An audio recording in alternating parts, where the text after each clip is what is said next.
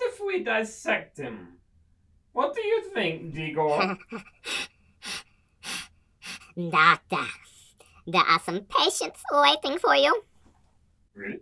Well, where's my patients? Where are my patients? Are you? Oh, my patients, welcome. Thank you for coming. Thank you for seeing me. So we're doing our weekly checkup with you. Yes, yes, okay. This week, we're here to test and see how much you thirst for God. Yes, I know. That silly youth minister that you have. He's supposed to be helping you through these questions, but he knows nothing. I, the doctor. Doctor knows a lot. And that's what we all, Digor. He's a step above Igor.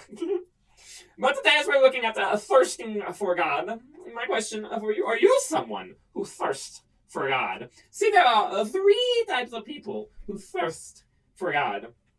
You know, the first one that we're going to be looking at is someone who we consider an empty soul. There's nothing in there. There's nothing. It's empty. And these people, they understand that they have a thirst, but they don't understand what fills it. They look around the world, whether it be alcohol, drugs, sex, whatever it is, they try to fill this emptiness within inside of them.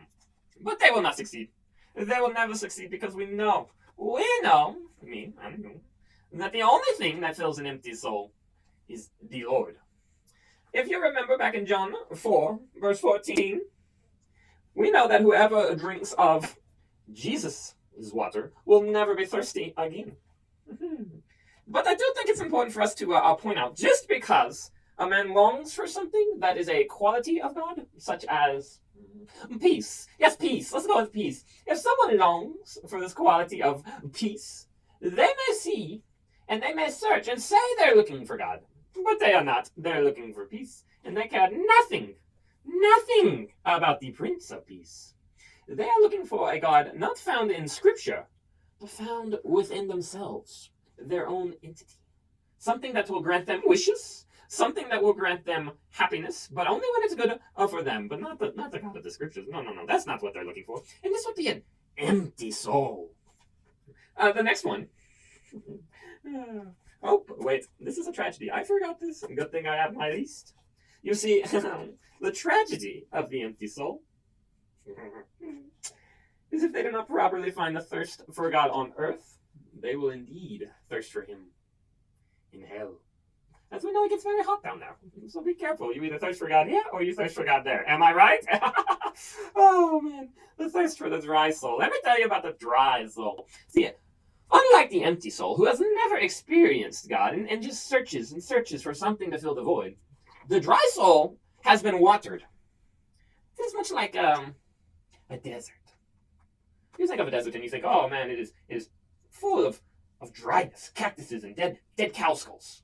But regularly, do deserts actually have water on them? And they flood, and it gets all wet, but then it just dries it up. Usually, a dry soul has been finding water somewhere else, such as in the world. It is like it's like your coach always says: be careful what you drink. If you're someone who drinks a lot of sodas, you find yourself being thirstier. You will drink more sodas than if you would just drink water, because sodas make you thirsty. And so, be careful of what you drink. See, the dry soul drinks from the fountains of the world, but the soul that is after God drinks from Him. Finally, the last soul that we're going to be talking about is the thirst of the satisfied soul. And you're like, the doctor, that makes no sense. They're satisfied. Why would they be thirsty? Oh, you silly boy. Or silly girl. Whichever's out there. Whoever's watching. Don't you understand that you can never have too much of a good thing? Look at it this way. Have you ever finished your drink at the exact time that you have finished your meal and you have that moment? No? Well, the doctor has. And the doctor loves that moment. And he longs for that moment every time he sits down to a meal. It is rare, I will admit. But I digress. With the Lord, whenever you feel satisfied by Him, whenever you drink from the Lord, you become satisfied with what He has. And then you always try to get more. And see, that's the funny thing about the Lord. The very funny thing is if we allow ourselves to drink from the fountain we find God, in God, then we find an infinite universe of satisfaction that we can enjoy without limitation. And so these are the three souls. And for you, I would like you to answer these questions too. First off, which of these three souls do you find yourself to be? And second, can you name someone who will fit each one of these souls? Well, first you have the empty soul, the soul that is searching aimlessly but finds nothing. Then you have the dry soul that has found the water, but has chosen not to drink of it, but to go back to the worldly water. And then finally you have the third satisfied soul that just longs for more satisfaction. That is our questions. Which one do you fit? And can you find someone who fits in each one of these three?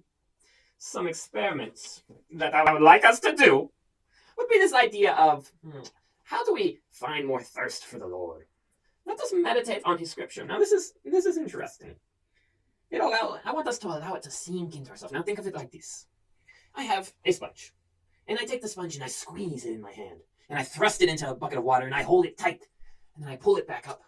How much water has gotten into that sponge? None. Very little, if any at all. But if I take an open sponge and I lower it into the water and I push it below and then I pull it back out, there is more water in that sponge than in the one that is collapsed. So, if we let ourselves be pushed into the water, not having our minds closed off, by meditating on the Scripture, allow it to soak into you and fill you like a sponge. That is all the time that we have. I think you will be meeting that silly little youth minister at 7 o'clock. No, wait. Today, it's the Super Bowl. Oh.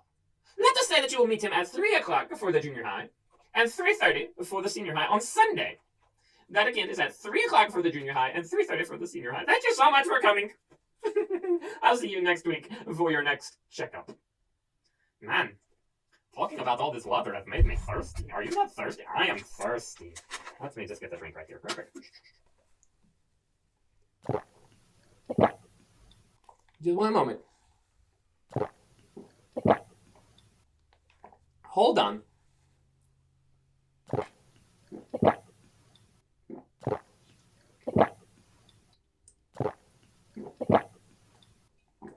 Wait your turn.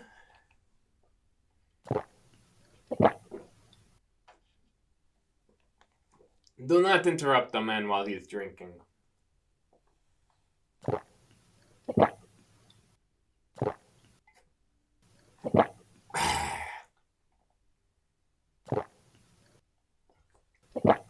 Bet you thought I was done, didn't you?